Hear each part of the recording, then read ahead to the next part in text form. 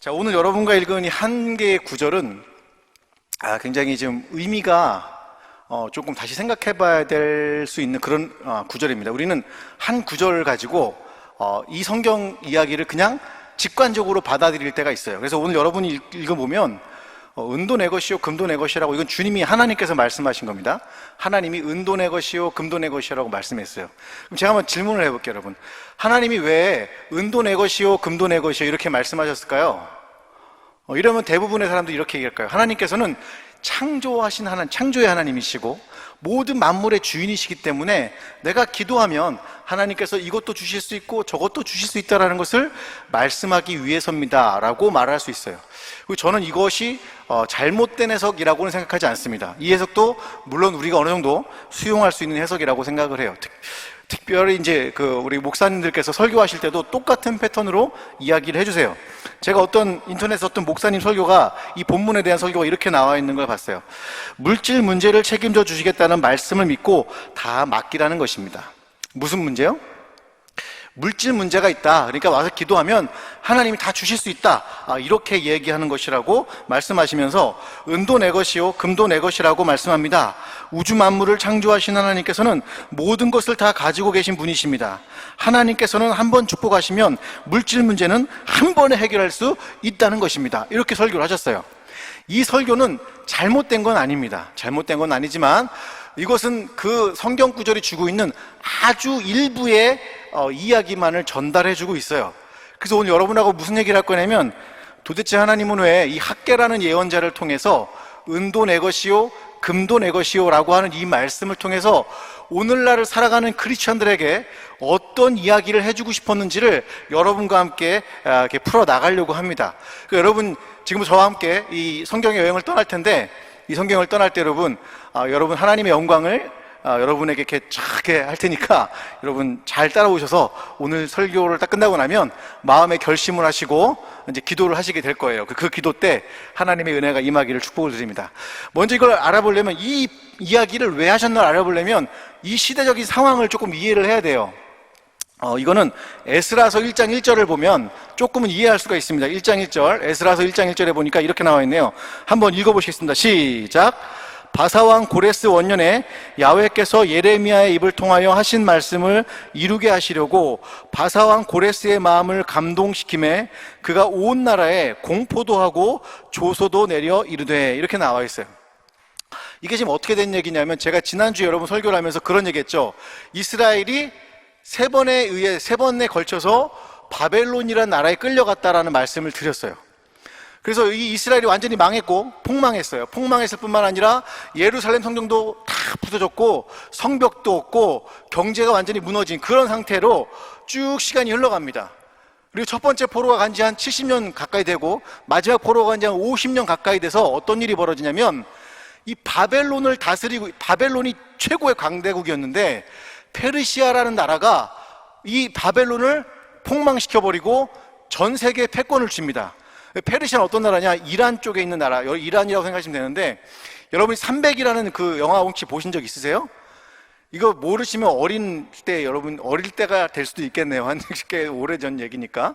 300이라는 그 영화를 보면 스파르타 하면서 나오는 그 근육맨 아저씨 있잖아요. 그분도 많이 늙으셨더라고요. 그분도 이제 저랑 나이가 조금 저보다 많으시니까 많이 이제 늙으셨어요. 그런데 그 스파르타군이 싸웠던 나라가 어디냐면 크세르크스라고 하는 왕이 한 명 나와요. 그 사람이 뭐라고 하죠? 이렇게 대머리 빡빡 깎은 아저씨가 이렇게 막 이상한 거 막 장식하고 나서 이렇게 하죠.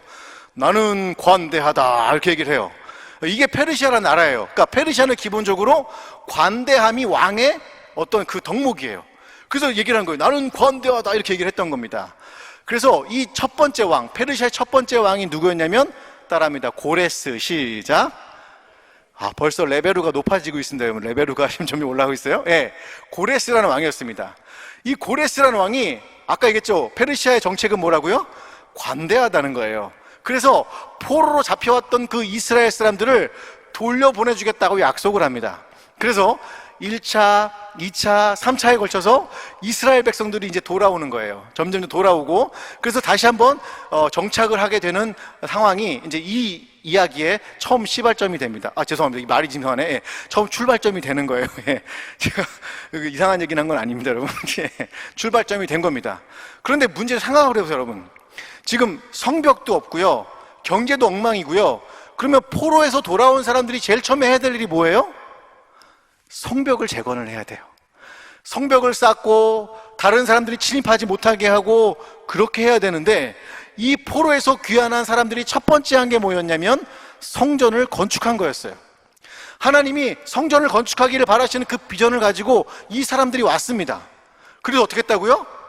성전을 건축했어요. 여러분 같으면 그렇게 하실 수 있겠어요? 저 같으면 약간 이상했을 것 같아요. 하나님, 지금 성벽을 쌓아야지 이 성전을 지킬 수 있지 않겠습니까, 하나님? 그렇기 때문에 저는 성벽을 먼저 쌓겠습니다라고 자신들의 의견을 얘기해도 좋을 텐데, 성벽은 나중에 3차 때 지읍니다. 그리고 첫 번째 했던 게 뭐라고요? 하나님의 성전을 먼저 지어요. 저는 이것이야말로 오늘 이 코로나 시대, 코비드 시대라고 하는 이 시대에 가장 중요한 우리들의 정체성을 말해주고 있는 것 같아요. 우리는 다른 게 아니라 예배하는 공동체입니다. 믿으십니까? 예배가 없으면 교회 존재 목적의 가장 우선순위가 없어지는 거예요. 우리가 오늘 하나님께 예배드리는 마음이 없고 하나님께 예배드리는 것 아닌 다른 것이 있다면 여러분, 그건 다 오늘 안 되는 거예요. 오늘 우리의 공동체가 가장 먼저 추구하고 가장 먼저 바라봐야 될 일은 다른 게 아니라 뭐라고요? 예배입니다. 그 예배 안에서 하나님을 경험하는 거예요. 그 예배 안에서 하나님의 마음이 뭔지를 묻고 그 마음에 대한 질문을 내 마음 가운데 가지고 일주일을 또 살아가는 거예요. 오늘 너무나 중요한 이 공동체의 이야기가, 저는 바로 이 시대에 우리가 추구해야 될 첫 번째 일, 가장 큰 우선순위, 그건 바로 경제 공동체가 아니라 무슨 공동체라고요? 예배 공동체라는 것을 기억하시기를 주님의 이름으로 축복을 드립니다. 여러분과 제가 오늘 예배 때문에 모였다면 이 예배에서 여러분 위로받기를 바라요. 오늘 내 문제가 해결되지 않았어요. 저도 이렇게 보시면 제 문제가, 인생의 문제가 있어 보여요, 없어 보여요? 삶 자체가 문제예요. 삶 자체가, 인생 자체가 문제덩어리란 말이에요. 제가 여러분에게 와서 나는 뭐 하나님 축복받아가지고 문제가 없어 이렇게 말할 수 있는 그런 게 아니에요. 저도 살면서 많은 문제가 있어요. 그런데 우린 다시 어디로 돌아가야 된다고요? 예배 자리로 돌아가야 돼요.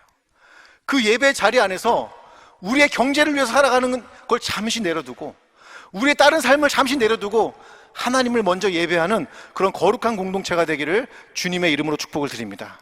그게 바로 오늘 우리가 첫 번째로 추구해야 될 일이고, 그 예배 안에서 하나님을 경험한 뒤에 우리는 세상에 다시 한번 나가야 될 거예요. 그런데 여러분, 이 성전을 건축하는 게 너무 하나님의 뜻이었어요. 비전이었어요. 그리고 성도들도 모두 그 비전을 가지고 이스라엘 공동체가 돌아온 다음에 성전을 짓는데, 하나님의 일에는 방해가 있을까요? 아니면 무조건 일사천리 다 잘 될까요?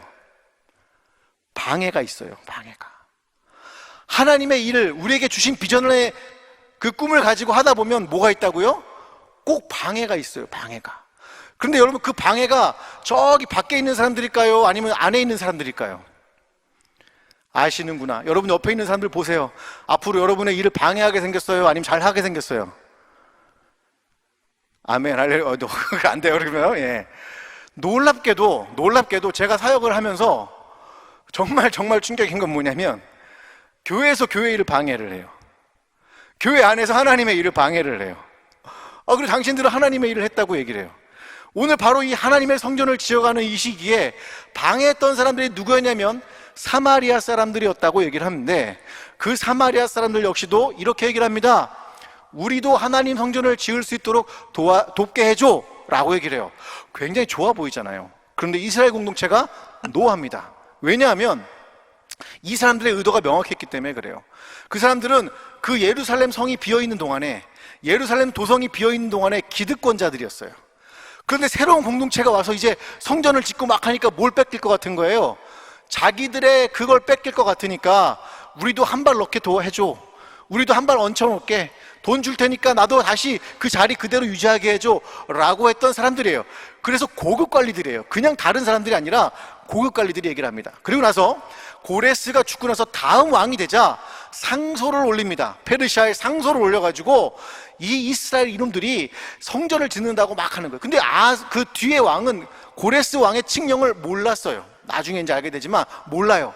그래서 아니 이놈들이 왕을 섬기지 않고 나쁜 짓을 한단 말이야.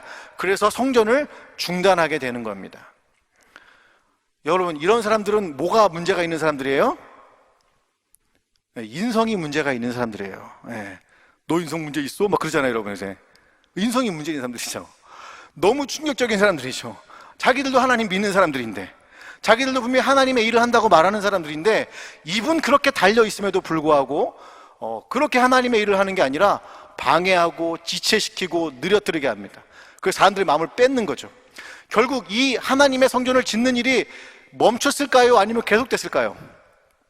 멈춰버리고 말았어요. 그래서 많은 사람들은 얘기를 합니다. 그래, 그 나쁜 사마리아 사람들 때문에 이 일이 멈췄어 라고 얘기를 하는데, 저는 그렇게 보질 않아요. 이 일이 진짜 멈춘 이유는, 정말로 큰 이유는 두 가지가 있는데, 제가 오늘 그 두 가지에 대한 얘기를 할 건데, 그건 이스라엘 백성들의 마인드에 대한 문제였어요. 마음의 태도에 대한 문제였습니다. 그 마음의 태도가 어떤 거였냐면, 첫 번째가 에스라서 5장 1절에 이렇게 얘기가 나옵니다. 한번 읽어볼까요? 죄송합니다. 5장 1절에 보니까 이 멈춰진 사건 속에서 하나님께서 두 명의 예언자를 일으키십니다. 5장 1절 한번 읽어볼게요. 시작. 선지자들 곧 선지자 학개와 이또의 손자 스가랴가 이스라엘의 하나님의 이름으로 유다와 예루살렘에 거주하는 유다 사람들에게 예언하였더니, 이렇게 얘기를 합니다. 예언자 두 명을 하나님께 세우셨는데 그게 누구였다고요? 학개와 스가랴였습니다. 학개라는 예언자가 일어나서 이스라엘 백성들의 마음속에 있던 두 가지를 고발을 해요. 그러니까 우리는 처음에 그래, 왕이 막았으니까 안 된 거지, 사마리아 사람들이 막았으니까 안 된 거지라고 생각하지만, 그게 아니라 이 학개라는 예언자가 두 가지를 고발합니다. 이 할아버지, 이분은 아마 솔로몬의 성전을 봤던 분 같아요. 봤던 분 같은데, 이 할아버지가 첫 번째, 너희들에게 이게 문제가 있어 말하는 게 학개서 1장 2절입니다. 학개서 1장 2절 다 같이 함께 읽겠습니다. 시작. 만군의 야훼가 이같이 말하여 이르노라. 이 백성이 말하기를 야훼의 전을 건축할 시기가 이르지 아니하였다 하느니라. 뭐라고요? 아직 때가 안 됐어. 아직 하나님의 때가 안 됐어. 하나님의 타이밍이 안 됐어. 그러니까 뭐 하라는 거예요? 여기서 중단해야 돼 라고 하는 거예요. 여러분, 성전 건축에 대한 비전을 누가 주신 거예요? 하나님이 주신 거예요. 그것은 어떠한 일이 있더라도, 상황이 있더라도 멈추란 얘기가 아니라 하나님의 뜻이 이루어질 때까지 그걸 간구하며 기다려야 되는데, 백성들은 뭐라고 했다고요? 지금 하나님의 타이밍이 아니니까 중단이라는 표현을 썼다라는 거예요. 아마 우리 삶도 그런 거 굉장히 많을걸요? 우리도 지금은 하나님의 때가 아닌 것 같아, 거기까지는 맞을 수 있어요. 그런데 그 다음에 뭐라고 한다고요? 여기서 중단해야 돼, 그렇게 얘기를 하는 거예요. 오스왈드 챔버스라고 하는 유명한 영성가가 이렇게 얘기를 했어요. 잘 들어보세요, 여러분. 어떤 성도에게 비전을 주실 때마다 하나님은 그 성도를 이를테면 당신의 손 그림자로 가려두신다. 그 성도의 의무는 잠잠히 귀 기울인 일 뿐이다. 하나님의 비전에 뒤이어 어두름이 따라올 때 그분의 타이밍을 잠잠히 기다리면 비전이 곧 실현돼 갈 것이다. 하지만 그리하지 아니하면 하나님의 초자연적인 사역을 배제시키려 드는 것이나 다름없다. 이렇게 얘기했어요. 이게 무슨 얘기냐면, 어떤 우리에게 하나님의 공동체에게 비전을 주시면 손을 들이우신대요. 여러분, 손은 무슨 의미죠? 하나님의 힘, 권능이라는 의미예요. 권능이 있는데 문제는 햇빛이 비치다 보니까 그림자가 지는 거예요. 하나님의 권능과 손이 임해 있는데 사람들은 뭘 보는 거예요? 그림자를 보는 거예요. 그러면서 얘기하는 거예요. 지금은 하나님의 때가 아닌가 보다. 지금은 아직 하나님의 때가 아닌가 보다. 그러니까 그만두자. 이렇게 얘기를 한 거예요. 근데 뭐 하라고 얘기한다고요? 잠잠히 기다리면서요, 한 걸음씩 한 걸음씩 나가는 거예요. 저도 이럴 때 너무 많아요. 너무 화가 날 때도 많고, 오늘도 화를 냈어요. 아우, 죄송해요, 여러분. 목사가 화를 내면 돼요, 안 돼요? 미안합니다, 여러분. 어쩔 때는 제가 아직 이래요, 여러분. 저를 이렇게 화면에 나오니까 굉장히 아닙니다, 여러분. 저도 정말 별 볼 거 없고요. 정말 안타까워요. 제가 오늘 이렇게 여러분께 정말 죄송하다고 고백드려요. 아까 혈기를 냈습니다. 주여 용서해 주시옵소서. 하나님의 비전을 보는 게 아니라 그 손바닥에 의한 자꾸 그림자를 보게 되는 거예요. 지금은 때가 되지 않았어. 하나님의 성전이 때가 되려면 아직 멀었어. 그러니 지금 중단해야지 라고 하는 그런 이야기들이 교회 안에 있는 것이고, 그런 이야기들이 이 예루살렘 공동체가 하나님의 성전을 만들어가는 것을 중단시켰더라는 겁니다. 그러나 오늘 우리가 봐야 될 것은 하나님의 타이밍은 중단의 개념이 아니에요. 그동안 우리를 만들어 가시는 거예요. 그동안 우리를 그 새로운 시대의 새로운 환경 속에서 옳게, 올바르게, 강력하게 살아갈 수 있도록 우리를 만들어 가시는 과정의 시간들일 거예요. 이 시기 이후에 어떤 일이 벌어졌는지 또 다음에 제가 언젠가 한번 설교를 드릴게요. 이 성전 방해가 왕에 의해서 중단된 것이 아니라 뭐라고요? 지금은 때가 아닌가벼, 지금은 아직 안 됐는가벼 라고 했던 그들 마음속에 있던 그 문제 때문에 발생했더라는 겁니다. 또 하나의 백성들 마인드 속에 어떤 게 있었냐면 이런 게 있었어요. 제가 학개서 2장 3절을 읽고 같이 또 설명을 드릴게요. 학개서 2장 3절 읽어보겠습니다. 시작. 너희 가운데 남아있는 자 중에서 이 성전의 이전 영광을 본 자가 누구냐? 이제 이것이 너희에게 어떻게 보이느냐? 이것이 너희 눈에 보잘것없지 아니하냐? 아까 제가 학개라는 예언자는 솔로몬 성전을 봤다고 그랬죠. 여러분, 솔로몬 성전에는요 8만 명이라고 하는 일꾼이 투입이 됩니다. 거기는 절대 방패는 금으로 만들지 않습니다. 왜냐하면 금은 물르기 때문에 금으로 만들면 방패 기능을 할 수가 없어요. 근데 금이 얼마나 많았던지 방패를 금으로 만들어서 그냥 걸어 놓습니다. 솔로몬 성전은요 너무 웅장하고 멋있어가지고요 사람들이 딱 보는 순간 우와, what a beautiful 막 이러면서 뭐 그거 하는 거예요. 예, 죄송합니다 여러분. 그 성전이 얼마나 화려했던지 사람들이 그 성전을 보면 눈이 휙휙 돌아가는 거예요. 반짝반짝거리는 금이 너무나 많지요. 거기서 시행되는 노래들, 24시간 울려 퍼지는 레위인들의 노래들, 거기서 잘 일어나고 있는 그 제사들, 나팔 소리들, 그 웅장함, 그 멋있음 이루 말할 수가 없죠. 그런데 여러분, 포로기에 돌아온 공동체가 그렇게 할 수 있을까요? 못하는 거예요. 그러니까 어떤 분들이 이렇게 얘기하는 거예요. 나는 솔로몬 성전을 봤는데 말이야 하면서 라떼는 말이야 이런 거예요. 지금 이게 뭐야? 내가 봤던 솔로몬 성전은 이만하고 옛날에 그랬는데 이게 뭐야? 라고 얘기를 하고 있는 거예요. 우리 삶에도 그런 분 있지 않아요? 그런 일들? 라떼는 말이야 옛날에 솔로몬 성전이 얼마나 영광스러웠는데 지금 우리가 지는 게 이게 뭐야? 이거 지어봤자 소용없어. 그때 영광에 비하면 아무것도 아니야 라는 낙담의 이야기들을 누가 했다고요? 이스라엘 공동체 안에 있는 사람들이 했던 거예요. 냉소주의예요. 냉소주의. 끝까지 거 해봐서 뭐해? 이까지 거 하면 뭐해? 그 냉소주의가 결국 이스라엘 공동체에게 주었던 하나님의 비전을 멈추게 만들었던 거예요.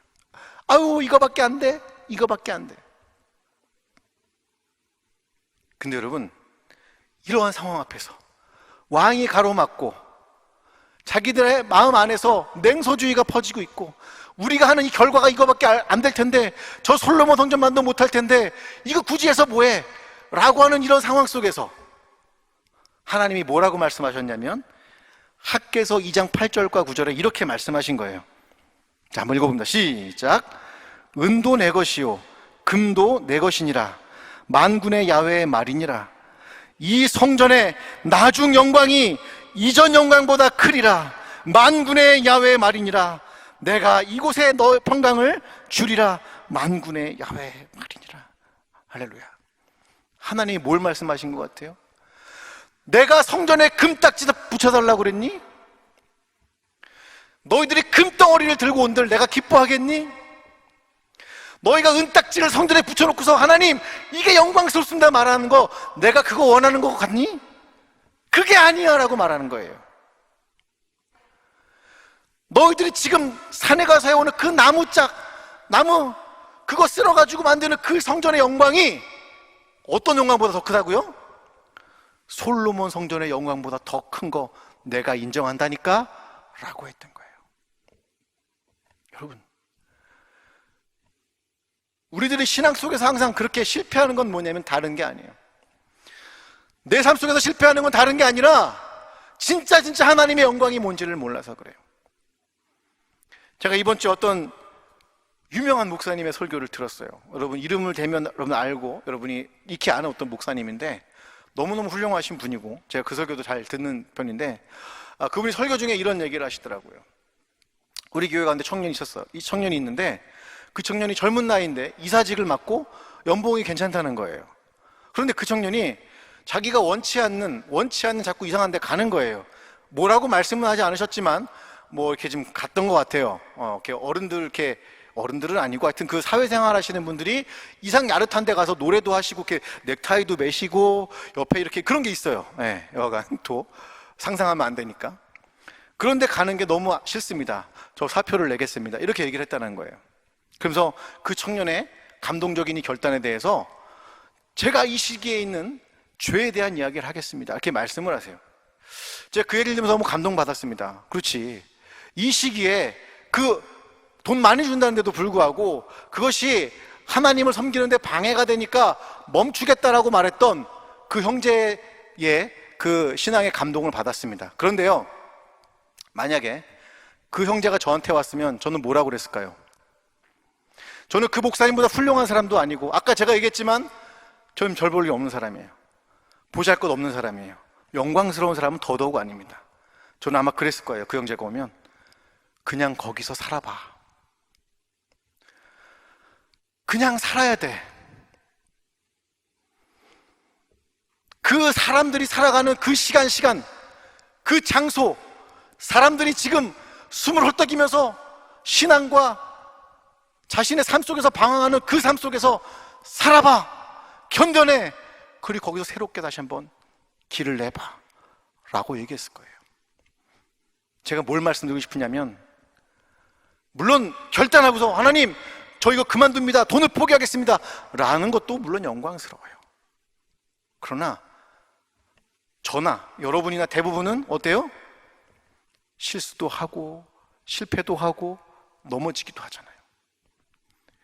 여러분 앞에 있는 이 노상진 목사라는 사람이 여기 화면밖에 안 보이니까 제 삶을 보질 못하잖아요. 여러분이 제 삶이 그렇게 좋은 게 아니에요.